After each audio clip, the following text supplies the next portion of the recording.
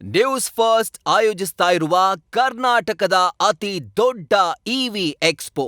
ನಮ್ಮ ಮೆಟ್ರೋ ದರ ಏರಿಕೆ ಆಗಲಿಲ್ಲ, ಪ್ರಯಾಣಿಕರು ಈಗ ಫುಲ್ ಖುಷಿಯಾಗಿದ್ದಾರೆ. ಇವತ್ತಿನಿಂದ ಆಕ್ಚುಯಲ್ ಆಗಿ ನಮ್ಮ ಮೆಟ್ರೋ ದರ ಏರಿಕೆ ಆಗಬೇಕಾಗಿತ್ತು, ಹೊಸ ಪರಿಷ್ಕೃತ ದರ ಜಾರಿಗೆ ಬರಬೇಕಾಗಿತ್ತು, ಬಟ್ ಅದು ಆಗಿಲ್ಲ. ಈ ನಿಟ್ಟಿನಲ್ಲಿ ಪ್ರಯಾಣಿಕರು ಈಗ ಫುಲ್ ಖುಷಿಯಾಗಿದ್ದಾರೆ. ನಮ್ಮ ಮೆಟ್ರೋ ದರದಲ್ಲಿ ಯಾವುದೇ ಬದಲಾವಣೆ ಆಗಿಲ್ಲ.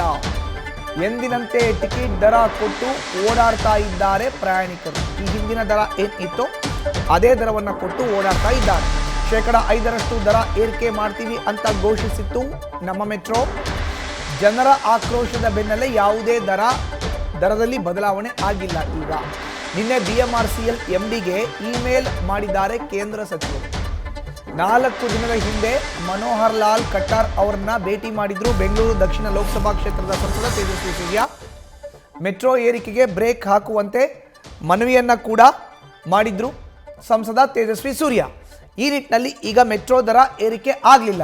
ಫೆಬ್ರವರಿ 9ನೇ ತಾರೀಕಿನಿಂದ 5% ಮೆಟ್ರೋ ದರ ಏರಿಕೆ ಆಗಬೇಕಾಗಿತ್ತು, ಪರಿಷ್ಕೃತ ದರ ಜಾರಿಗೆ ಬರಬೇಕಾಗಿತ್ತು. ಬಟ್ ನಿನ್ನೆ ಏಕಾಏಕಿ ಕೇಂದ್ರ ಸರ್ಕಾರದಿಂದ, ಕೇಂದ್ರದ ನಗರಾಭಿವೃದ್ಧಿ ಇಲಾಖೆಯಿಂದ, ಮನೋಹರ್ ಲಾಲ್ ಅವರ ಖಟ್ಟರ್ ಅವರ ಡಿಪಾರ್ಟ್ಮೆಂಟ್ನಿಂದ ಯಾವಾಗ ಇಮೇಲ್ ಬಂತೋ ತತ್ಕ್ಷಣವೇ ಪ್ರೈಸ್ ಹೈಕನ್ನು 5% ಏನು ಪ್ರೈಸ್ ಹೈಕ್ ಆಗಬೇಕಾಗಿತ್ತು ಅದನ್ನು ನಿಲ್ಲಿಸಿದ್ದಾರೆ